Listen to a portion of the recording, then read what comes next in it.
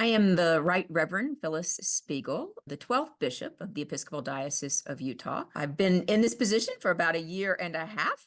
Most people either call me Bishop Phyllis, Bishop Spiegel, or Bishop.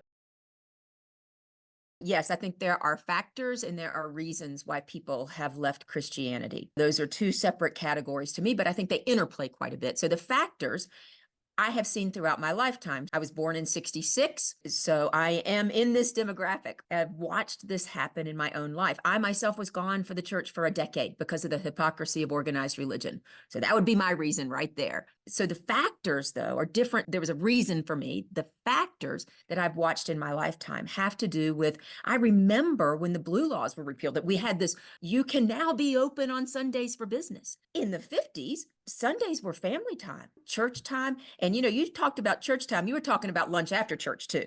I grew up in the South. So it was all one thing. And whether that was for my family, it wasn't necessarily a huge spread. When we went to visit my grandmother, it was. But there was this idea that you came home and the family meal was a special family meal on Sunday. And it was a slower pace. It was a slower pace of life across the board than what we have now. So those factors, that one, there's more to do on the weekends. There's more that will garner your attention. But the fact that life is at such a fast pace, Sundays are the only time that families can sleep in, can get up in their jammies, have a relaxing start to the day. I have had families tell me this over and over again. I've been in ministry for 20 years, so I have heard a lot of this and walked with families. So those, traveling soccer, traveling volleyball, these traveling sports where it used to be on a weeknight and maybe a Saturday morning, now the families leave on Friday and they're lucky to get back and get the kids clean and in bed on Sunday night before it's time to turn around for school on Monday. These factors have changed in our society. The reasons fall directly at the heart of the Christian structure itself. Why I left the church. I left the church because I heard the church saying one thing and acting in another way. I became intolerant of the Bible being used as a weapon. Now, on the other side, and happy to share my story about why I came back. Now, as a bishop, in charge of organized religion for the Episcopal Church in the state of Utah. I think God has an incredible sense of humor. We abdicated the churches that speak with the voice like the Episcopal Church, loving, gracious, inclusive, welcoming, centered in justice, centered in becoming beloved community. We abdicated our voice for decades because we didn't want to sound like fundamentalist churches who were telling people how to believe and what to say. And so we quietly assumed our position in the margins. And when we did that, all people heard on the news, in the public sphere, were churches who were the loudest, angriest, most judgmental. And who wants to go and hear that?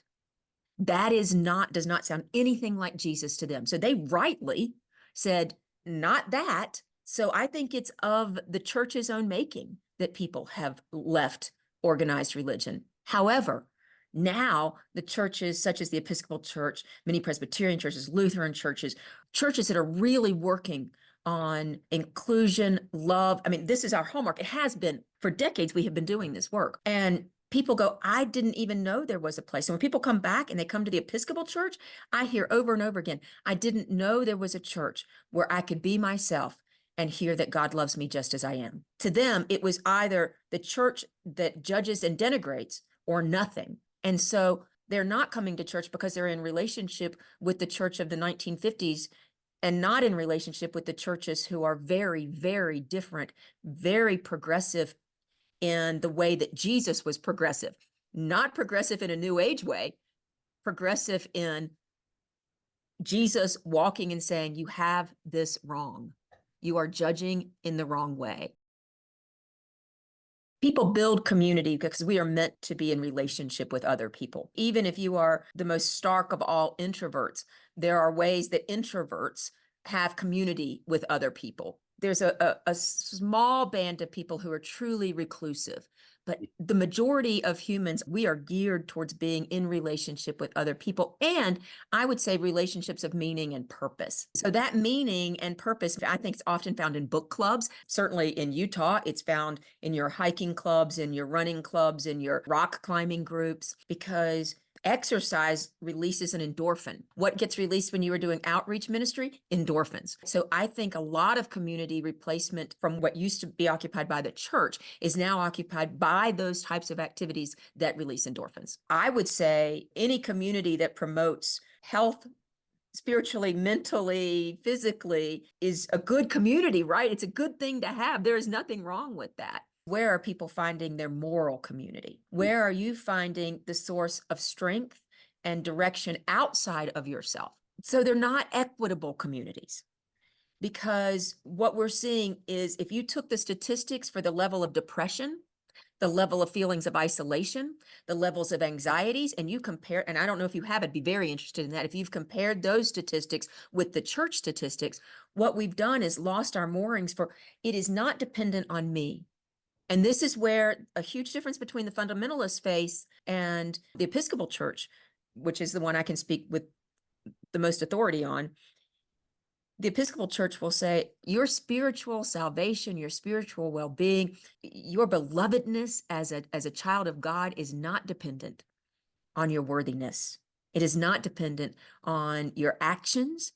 It is dependent on your seeking a desired relationship with God, opening yourself up. God does the work, and then we respond. But there is not a litmus test for how good of a Christian you are. And so what happened when I came back to church and started listening, I was going, why did I leave the church I believed in for the church I didn't believe in? Because the church that I believed in was there, but the other Christian voices were speaking louder. And so when I came back and started realizing, I didn't have anything that was challenging me spiritually. I didn't have anything that was helping me grow to match the challenges in my life. Then I began to realize, oh, I gave up more than I thought I had. And I think that's where we are in society. I think people have given up more than they thought, or more than they really should have had to, because loud voices in Christianity got it wrong and have been getting it wrong in a damaging and painful way. And people are hurt. People have been traumatized. So fervor is fervor, and in the name of God is a great rallying cry. In the name of God, white supremacy, in the name of God, hatred of those who do not agree, none of those are Christian values. You use the word other, you've just dropped the lens of Jesus straight to the ground and shattered it. That religious fervor, yes, it's divisive. When something is done in the name of God, how can you argue with that? I want to find my voice, and especially in this election season.